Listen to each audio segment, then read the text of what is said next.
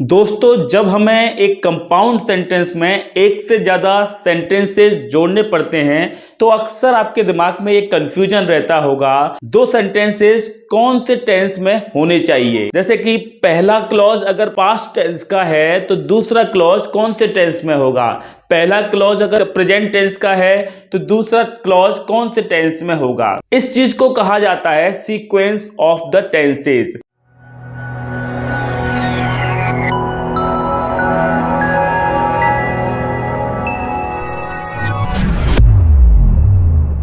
Hello everyone, this is Sumangal Sakarwar and you are watching English bay academy. आज मैं आपको सिखाने वाला हूं सीक्वेंस ऑफ द टेंसेस। इससे पहले कि हम वीडियो में आगे की तरफ बढ़े, आपसे एक छोटी सी रिक्वेस्ट है कि अगर आपने अभी तक हमारे चैनल को सब्सक्राइब नहीं किया है तो चैनल को अभी सब्सक्राइब कीजिए और उसके बाद बेल आइकन को क्लिक कीजिए ताकि आपको टाइम पर इसी तरह के वीडियोज के नोटिफिकेशन मिल जाया करें। तो चलिए आज के टॉपिक को सीख लेते हैं। सीक्वेंस ऑफ द टेंसेस को मैं स्टार्टिंग में बता चुका हूं कि हम एक हिस्सा एक संयुक्त वाक्य में यानी कि कंपाउंड सेंटेंस में एक से अधिक वाक्य हमें अगर जोड़ने पड़ रहे हैं तो एक हिस्सा अगर पास्ट का होगा तो दूसरा किस में होगा, एक फ्यूचर का होगा तो दूसरा किस में होगा, तो ये हम समझेंगे। यहां पर देखिए, अगर पहला हिस्सा पास्ट का होता है तो अगला हिस्सा भी पास्ट का ही होगा। ठीक है, पहला हिस्सा अगर पास्ट टेंस का होता है तो उसका नेक्स्ट पार्ट है वो भी पास्ट टेंस में ही होता है। देखिए यहां पर एग्जांपल, ही टोल्ड मी, उसने मुझसे कहा, तो पहला हिस्सा किसका है, पास्ट टेंस का है, पास्ट इंडेफिनिट का है, किसी भी पास्ट का हो, it doesn't matter. He told me, उसने मुझे बताया, दैट अगला हिस्सा ही वुड गो, वह जाएगा, तो वुड बता रहा है यहां पर कि अगला हिस्सा भी पास्ट का ही है। तो यहां पर ये हिस्सा पास्ट का हुआ तो अगला हिस्सा भी इसका कौन से टेंस का हुआ, पास्ट का। इसकी बहुत जरूरत पड़ती है, आपको फिलअप में पूछे जा सकते हैं, एमसीक्यू टाइप के क्वेश्चंस में ये चीज पूछी जाती है अक्सर। और आप अगर खुद के सेंटेंस फॉर्मेशन दे रहे हैं करेक्शन के लिए आपको इसकी जरूरत पड़ती है। एक और एग्जांपल देखिए, आई डिडंट नो, मुझे नहीं पता था, आई डिडंट नो, मुझे नहीं पता था, तो ये एक हिस्सा पास्ट का हुआ। तो देखिए अगला हिस्सा है ही वॉज मैरिड, मुझे नहीं पता था वह शादीशुदा था, मुझे नहीं पता था वह शादीशुदा था, या वॉज से पता पड़ गया कि ये भी पास्ट का ही है। तो एक हिस्सा पास्ट का होता है तो दूसरा हिस्सा भी पास्ट का ही होता है। एक और सेंटेंस देखिए यहाँ पर, the doctor took his pulse, doctor ने उसकी पल्स को लिया हाथ में, टुक हिज पल्स एंड सेड, और कहा। देखो एक हिस्सा यहाँ पर एक टेंस है पूरा का पूरा यहां तक, doctor took his pulse. Take की सेकंड फॉर्म टुक होती है, पास्ट सिंपल में सेकंड फॉर्म का यूज किया जाता है, आपको पता चल गया होगा। तो ये पास्ट सिंपल का वाक्य मतलब पहला हिस्सा पास्ट में है।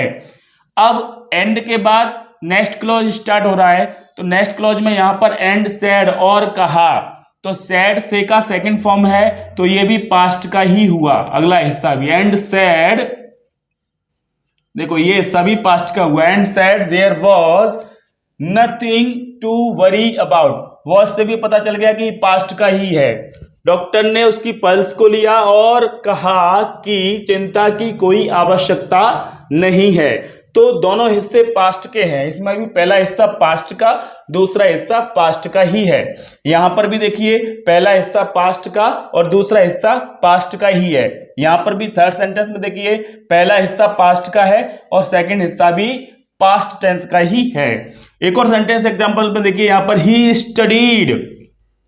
स्टडीड हार्ड, उसने कठिन परिश्रम किया या फिर उसने मेहनत लगाकर पढ़ाई की। स्टडीड सेकंड फॉर्म है स्टडी का, तो ये भी पास्ट टेंस का है। ठीक है, ही स्टडीड हार्ड, उसने कठिन परिश्रम किया, सो दैट ताकि, ही माइट मे का पास्ट फॉर्म माइट होता है तो ये भी पास्ट का है। तो ये हिस्सा पास्ट का, दूसरा भी पास्ट का, उसने कठिन परिश्रम किया so that he might pass the examination, ताकि वह एग्जामिनेशन में पास हो जाए। ठीक है, अब यहां पर हम इसमें कुछ एक्सेप्शंस की बात करते हैं। एक्सेप्शन यानी कि अपवाद। अपवाद क्या होते हैं, ऐसी बातें, ऐसे नियम जो कि नियमों को फॉलो नहीं करते हैं, ऐसे पॉइंट जो नियमों को फॉलो नहीं करते हैं, उसे क्या कहते हैं? अपवाद, या इंग्लिश में एक्सेप्शन। तो इस नियम के एक्सेप्शंस क्या हैं? इस नियम के दो एक्सेप्शन बता रहा हूं मैं आपको। पहली बात, अगर एक हिस्सा पास्ट का है और अगले हिस्से में कोई यूनिवर्सल ट्रुथ बोला जा रहा है, एक हिस्सा पास्ट का है और अगले हिस्से में कोई यूनिवर्सल ट्रुथ बोला जा रहा है, तो वो यूनिवर्सल ट्रुथ जो होता है वो प्रेजेंट में हो सकता है। ये इसका एक्सेप्शन है। मैंने अभी भी बताया कि एक हिस्सा पास्ट का होता है तो अगला हिस्सा भी डेफिनेटली पास्ट में ही होता है। लेकिन यहां पर एक्सेप्शन क्या दे रहा है कि अगर एक हिस्सा पास्ट का है और अगले हिस्से में कोई यूनिवर्सल ट्रुथ दिया है तो वो प्रेजेंट में हो सकता है। देखिए यहां पर, द टीचर टॉट अस, शिक्षक ने हमें सिखाया। द टीचर टॉट अस, शिक्षक ने हमें सिखाया दैट कि the sun rises in the east. अब देखो, सूर्य पूरब से उगता है, यूनिवर्सल ट्रुथ है ये। जब सूर्य पूरब से, जब टीचर ने सिखाया तब भी उगता था और आज भी उगता था और आगे भी उगता ही रहेगा। तो यूनिवर्सल ट्रुथ जो होता है वो एक ही टेंस में होता है, प्रेजेंट में। जिस टेंस में लिखा गया है उसी में इसे यूज किया जाता है। The teacher taught us that, teacher ने क्या सिखाया हमें? कि सूर्य पूरब से उगता है। तो ये हिस्सा प्रेजेंट में हो गया, ठीक है। यूनिवर्सल ट्रुथ दिया होगा तो जिस टेंस में वो हिस्सा होगा यूनिवर्सल ट्रुथ का, उसी में ही लिखा जाएगा, उसके टेंस को नहीं बदला जाता। तो ये हिस्सा पास्ट का हो गया और अगला हिस्सा प्रेजेंट का हो रहा है। राइजेस, राइज में ऐसा यस लगाई जा रही है, मतलब प्रेजेंट इंडेफिनेट प्रेजेंट सिंपल का हिस्सा हो गया, ठीक है। एक कंडीशन तो ये हो गई कि एक हिस्सा अगर पास्ट का है और दूसरे हिस्से में यूनिवर्सल ट्रुथ दिया है तो दूसरा हिस्सा अर्थ के अनुसार किसी भी टेंस में हो सकता है, प्रेजेंट टेंस में, पास्ट टेंस में या फ्यूचर टेंस में। जैसे कि यहां पर होता the Rome was not built in a day, Rome एक दिन में नहीं बना, ये भी एक यूनिवर्सल ट्रुथ है, तो एक कहावत है। तो यहां पर भी अगला हिस्सा वो पास्ट में है, Rome was not built in a day, तो पास्ट का पास्ट रहेगा। अभी ये प्रेजेंट में हो रहा है, अर्थ के अकॉर्डिंग है। यूनिवर्सल ट्रुथ जैसा का तैसा रहेगा, कोई मिला के ये रखना है, टेंस का कोई मैटर नहीं है। अगर वो यूनिवर्सल ट्रुथ है तो यूनिवर्सल ट्रुथ जैसे बोला गया है वैसा का वैसा ही रहेगा, उसकी फॉर्म में, उसकी वर्ब में, उसके टेंस में कोई भी परिवर्तन नहीं किया जाता। अब देखिए यहां पर आई हेल्प्ड यू, अगला हिस्सा क्या है?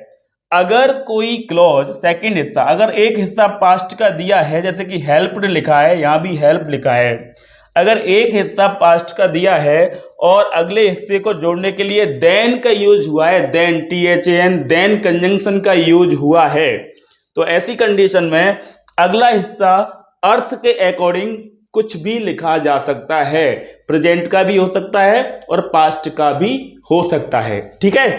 कैसे? जैसे कि I helped you more than I help my own brother, ये सब पास्ट का है। मैंने तुम्हारी मदद की जितनी मदद मैं अपने भाई की करता हूं, ठीक है। तो अगर मुझे प्रेजेंट में बोलना है तो ये प्रेजेंट में भी लिखा जा सकता है, और अगर मुझे ऐसे बोलना है अपने भाई की मदद जितनी की उससे ज्यादा मैंने तुम्हारी मदद की, तो ऐसी कंडीशन में दोनों हिस्से पास्ट के भी हो सकते हैं, या फिर एक हिस्सा प्रेजेंट, एक हिस्सा पास्ट का है, एक हिस्सा प्रेजेंट का भी हो सकता है। दोनों ही अर्थ जो देना चाहते हो उसके अकॉर्डिंग यूज किया जा सकता है, ठीक है। तो यहां पर क्या हो रहा है? एक हिस्सा पास्ट और एक प्रेजेंट का हो रहा है। यहां पर क्या हो रहा है? एक हिस्सा पास्ट और दूसरा भी पास्ट का हो रहा है, ठीक है। तो यहां पर तो ये बताइए कि एक हिस्सा, पहला वाला हिस्सा अगर पास्ट का है तो दूसरा हिस्सा जनरली पास्ट का ही होता है, लेकिन यहां पर कुछ दो एक्सेप्शन दे दिए। यदि यूनिवर्सल ट्रुथ दिया है तो एक हिस्सा पास्ट का है तो दूसरा हिस्सा प्रेजेंट या किसी टेंस का हो सकता है। यहां पर दूसरी बात दी है कि यदि सेकंड, एक हिस्सा पास्ट का है और अगला हिस्सा देन से जुड़ा हुआ है, देन कंजंक्शन से जुड़ा हुआ है, ऐसी कंडीशन में अगला हिस्सा जो है ना, मीनिंग के अकॉर्डिंग, जो अर्थ देना चाहते हैं उसके अकॉर्डिंग प्रेजेंट का भी हो सकता है और पास्ट का भी हो सकता है। चलिए अब आगे बढ़ते हैं। अगली बात क्या है? प्रेजेंट का एक हिस्सा अगर पहला हिस्सा प्रेजेंट का होता है या फिर फ्यूचर का होता है, प्रेजेंट या फ्यूचर में से किसी का भी पहला हिस्सा होता है, तो फिर अगला वाला हिस्सा होता है सेकंड पार्ट उसका, वो एनी टेंस, किसी भी टेंस में हो सकता है अकॉर्डिंग टू मीनिंग, अर्थ के अकॉर्डिंग किसी भी टेंस में हो सकता है। अगर पहला हिस्सा किसका हो, अगर पहला हिस्सा प्रेजेंट का हो या फिर फ्यूचर का हो, तो अगला हिस्सा एनी टेंस किसी भी टेंस का हो सकता है अर्थ के अकॉर्डिंग, ठीक है, अकॉर्डिंग टू मीनिंग। जैसे कि यहां लिखा हुआ है आई एम श्योर, मैं श्योर हूं, दैट ही लिव्स हियर, कि वह यहां रहता है। अगर मुझे प्रेजेंट में बोलना है तो मैं ऐसे बोलूंगा, मैं श्योर हूं कि वह यहां रहता है। एक हिस्सा प्रेजेंट का, अगला हिस्सा भी प्रेजेंट का ही। नेक्स्ट देखिए, I am sure that he lived here, मैं श्योर हूं, मैं निश्चिंत हूं कि वह यहां रहता था। मुझे ऐसे कहना है कि मैं श्योर हूं कि वह यहां रहता था। तो एक हिस्सा ये कौन सा हुआ, एक हिस्सा हुआ प्रेजेंट का और इसका अगला हिस्सा हुआ पास्ट का। आगे देखिए, I am sure that he will live here, मैं श्योर हूं कि वह यहां रहेगा। तो यहां पर एक हिस्सा प्रेजेंट का हुआ और एक हिस्सा फ्यूचर का हुआ। तो एक हिस्सा अगर प्रेजेंट का होता है तो अगला हिस्सा प्रेजेंट का भी हो सकता है, पास्ट का भी हो सकता है और फ्यूचर का भी हो सकता है, एनी टेंस हो सकता है। जैसे मैंने बताया अकॉर्डिंग टू अर्थ, आप जो अर्थ देना चाहते हैं तो, ठीक है, एनी टेंस का हो सकता है। अब आगे देखिए, ऐसे ही मैंने प्रेजेंट और फ्यूचर दोनों लिखे हुए हैं। एक हिस्सा, पहला वाला हिस्सा अगर फ्यूचर का होता है, जैसे कि शी विल से, पहला हिस्सा फ्यूचर का है, तब भी अगला हिस्सा एनी टेंस में हो सकता है। जैसे शी विल से, वह कहेगी, दैट शी हेल्प्स मी, कि वो मेरी मदद करती है। तो एक हिस्सा फ्यूचर का है पहला वाला, तो उसका दूसरा हिस्सा कौन से टेंस का आ गया, प्रेजेंट का। ऐसे ही सेकंड देखिए, शी विल से, वह कहेगी, दैट शी हेल्प्ड मी, कि उसने मेरी मदद की। तो एक हिस्सा फ्यूचर का हुआ, एक हिस्सा पास्ट का हो गया। हमें अगर पास्ट में आंसर देना है तो पास्ट का हो गया। नेक्स्ट क्या है, शी विल से, वह कहेगी, that she will help me, को वह मेरी मदद करेगी। तो एक हिस्सा फ्यूचर का, दूसरा हिस्सा फ्यूचर का, मतलब दोनों फ्यूचर के हो गए। तो एक हिस्सा अगर प्रेजेंट का होता है पहला वाला, तो अगला हिस्सा किसी भी टेंस में हो सकता है अर्थ के अकॉर्डिंग, और एक हिस्सा अगर फ्यूचर का होता है पहला वाला, तो अगला हिस्सा किसी भी टेंस का हो सकता है अर्थ के अकॉर्डिंग, ठीक है, एनी टेंस, आप जो मीनिंग देना चाहते हैं। लेकिन यहां पर एक फिर से एक्सेप्शन देखिए, अगर पहला हिस्सा प्रेजेंट और फ्यूचर का होता है किसी भी टेंस का, जैसे वहां लिखा है, अगर पहला हिस्सा प्रेजेंट और फ्यूचर का होता है और आगे वाले हिस्से में पर्पज दिया है, क्या दिया है, पर्पज मतलब उद्देश्य दिया है।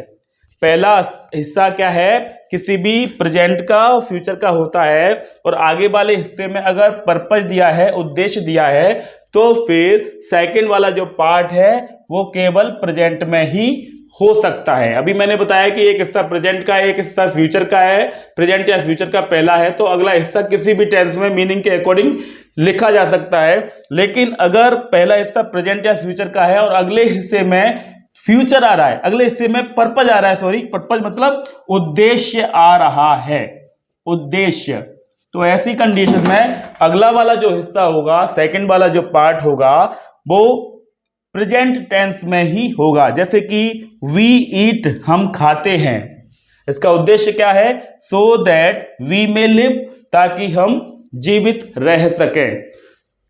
हम खाते हैं ताकि हम जीवित रह सकें। तो ये अगला हिस्सा कौन से टेंस का आ गया, प्रेजेंट का, ये प्रेजेंट का है, अगला हिस्सा प्रेजेंट का आ गया। अब देखिए ये अगला सेंटेंस क्या है, वी विल आस्क हिम, हम उससे पूछेंगे। ये हिस्सा क्या है, फ्यूचर का, ये हिस्सा फ्यूचर का है, हम उससे पूछेंगे। और आगे का हिस्सा क्या है, सो दैट, ताकि, वी मे नो, ताकि हम जान सकें। इसमें भी उद्देश्य दिया है, पर्पस दिया है, तो अगला हिस्सा ये भी प्रेजेंट का ही हुआ, ठीक है। तो समझ में आ गई होगी बात कि अगर पहला हिस्सा किसी भी प्रेजेंट या फ्यूचर का होता है, पहला हिस्सा किसी भी प्रेजेंट या फ्यूचर का होता है तो एनी टेंस, किसी भी टेंस में हम सेंटेंस को लिख सकते हैं। लेकिन अगर पहला हिस्सा किसी भी प्रेजेंट या फ्यूचर का होता है तो अगले टेंस को हम केवल, अगर वो पर्पज बता रहा है, उद्देश्य बता रहा है अगला टेंस, तो उसे प्रेजेंट में ही लिखा जाता है। और इससे पिछली बात क्या थी, अगर एक हिस्सा पास्ट का होता है तो अगला भी जनरली पास्ट में ही होता है, लेकिन उसमें मैंने 2 एक्सेप्शन दिए थे कि अगर अगले वाले हिस्से में, सेकंड हिस्से में एक हिस्सा पास्ट का है, अगले वाले हिस्से में अगर कोई यूनिवर्सल ट्रुथ दिया है तो यूनिवर्सल ट्रुथ में कोई बदलाव नहीं करते हैं तो एज इट इज लिखा जाएगा। जिस भी टेंस में हो, प्रेजेंट में होगा तो प्रेजेंट में, पास्ट में होगा यूनिवर्सल ट्रुथ तो पास्ट में वैसा का वैसा ही लिखा जाएगा। और उसमें एक और बताया था कि अगर देन से जुड़ रहा है, अगला वाला हिस्सा पास्ट का पहला है, अगला हिस्सा देन से जुड़ रहा है तो अगला हिस्सा अकॉर्डिंग टू मीनिंग, अर्थ के अकॉर्डिंग या तो प्रेजेंट में हो सकता है या फिर पास्ट में हो सकता है, किसी भी टेंस में हो सकता है। तो ये मैंने बताया था सीक्वेंस ऑफ द टेंस। ये आपको कैसा लगा कमेंट बॉक्स में मुझे जरूर बताइएगा। अगर ये वीडियो अच्छा लगा हो, थोड़ा सा भी अच्छा लगा हो तो हमारे वीडियो को लाइक जरूर कीजिएगा और उसके बाद बेल आइकन को क्लिक कीजिएगा ताकि आपको टाइम पर इसी तरह के वीडियोज के नोटिफिकेशन मिल जाया करें। So that's enough for today. Thanks for watching video.